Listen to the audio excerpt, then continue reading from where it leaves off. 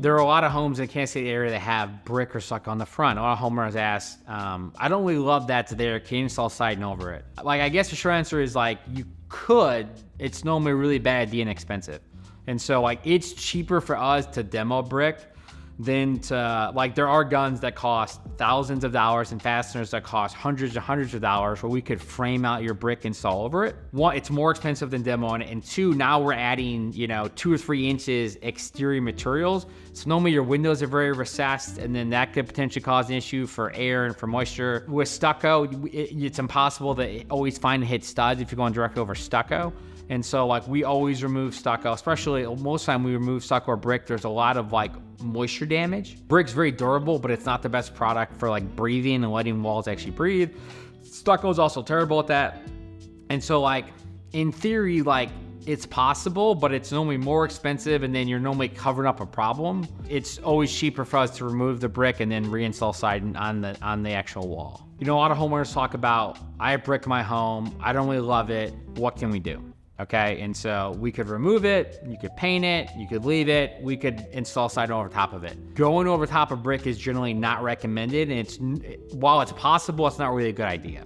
So one is, it's more expensive than if we actually remove it. It's cheaper to remove brick than install on top of it. If we did go on top of it though, we're creating a wall that's now maybe an inch and a half thicker than all of your other openings. So your windows are recessed, your doors are recessed, one looks a little weird, but now you have a lot of places for water to find its way in. Brick is normally secure by grout. If you've ever had to grout your bathtub, it doesn't last forever. And so even if you make your windows airtight, watertight, when that grout breaks down, you're gonna have areas where there's huge pockets for water to get into. You don't wanna create that. So you're much better off removing the brick than trying to go over the top of it. So when you think about different types of siding on your house, most people want something that's gonna look fantastic, be extremely durable, gonna last 40, 50 years with minimal to no maintenance, and obviously want something that like fits within their budget.